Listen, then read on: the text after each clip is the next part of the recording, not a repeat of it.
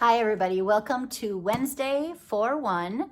It is April Fool's Day, but I can't add another thing to our plates right now. So have a great April Fool's Day. First, so our lessons for the day. Reading, just read for 30 minutes, okay? I have my read aloud, which I like to be extra in the reading. I'd like the kids just to make sure you're reading 30 minutes today, okay? Oh, and please, you don't have to do the 30 minutes all at once. I am totally fine if you break it up 15-15. Remember, books from your home are totally fine. Otherwise, we did put Epic and we put Storyline Online there for you, so you can use those too to help you. Then with math, we want you to measure 5 things. So remember in the math packet, there's the one page that has the rulers on it so that if you don't have a ruler at home, you can cut these out and use that as your ruler. Inches and centimeters. So if you would measure 5 things in inches, 5 things in centimeters, and remember how you round to the nearest inch or nearest centimeter. And how we did it, remember halfway, once you're at the halfway, if it even touches the halfway mark, then you're always gonna go up, okay? If it's anything before the halfway mark, you go back. But if it touches that halfway point, you're gonna round it up, okay? Just like when we're rounding numbers, remember how to do that. All right, then you are going to do Math Journal page 213. So I'm just gonna walk you through that a little bit here, in case there's anything. So fill in the missing numbers. So we have 1,250. And then, so let me put that on here. I'll put just a 1,250. And then it wants you to fill in the other boxes. So then what box would come just before that? All right, we've worked on this. So hopefully this comes back pretty quickly in your memory from back here to up here. But remember, the 1,000, the 200, okay? You know those. You're working in the thousands, you're working in the 200s.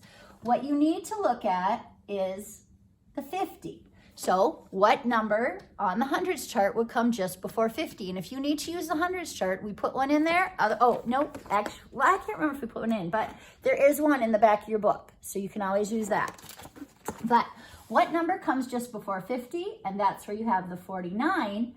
But then remember, you're in the 200s and you're in the thousands. So what would come before that? And then you should be able, that should help you fill out for the rest of the grid. Then on page 213, we also have draw a line segment that is 8 centimeters long. So use your ruler, draw a line segment, put a dot, make it 8 centimeters. Then it says, now draw a line segment 5 centimeters shorter. So what you're gonna do is, what would be 5 centimeters shorter than 8? It doesn't want you to draw a 5 centimeter line. It wants you to draw one that is 5 centimeters shorter than 8, okay? Next, Dylan leaped 32 inches, Marcus leaped 27 inches. How many more, those are your clue words, how many more inches did Dylan leap? When you're looking at how many more, you're comparing. So, do you remember what operation we're doing? Addition or subtraction? Subtraction, okay? When you're comparing the two numbers, how many more, then you're gonna subtract. It has the diagram. It's the quantity difference diagram. So you're gonna look, what's the bigger number? 32. Bigger number, bigger box. 27 then goes here, and you're gonna do 32 minus 27, and you're gonna find the difference, all right? What is the chance that you will have 2 birthdays this year? Not talking about birthday parties, not talking about half birthdays, just straight what is the chance that you will have 2 birthdays this year? Choose the best answer. Unlikely, probably won't happen. Likely, probably will happen. Certain, it's for sure going to happen that you're gonna have 2 birthdays this year. Or impossible. Is it impossible for you to have 2 birthdays? Okay. 3 and 6 legs per insect. How many legs in all? So we're gonna do a little multiplication here, okay? But you can do it, and we've got the grid to help us, the diagram. So how many insects do we have? 3, that goes there. How many legs per insect? 6. And then how many legs in all? That's what you're gonna be finding is how many legs in all. So what I'm gonna have you do if you need to. Now, some of you know 3 times 6, but some of you don't. So if you have to draw a picture, that's totally great. Draw 3 circles for the insects and then put 6 legs on each one and get your total. Then you're gonna just write your number model down here. Remember, multiplication, okay? Last one, number 6. How many pennies would be in $2? Okay, so figure how many pennies are in $1, how many pennies are in $2. How many nickels? I would recommend, if you're not sure, do tally marks, okay? So how many count by 5s. So you would do $2, okay? Let's do $1. So I'll give you an example. This is how you would do $1. So we do tally marks.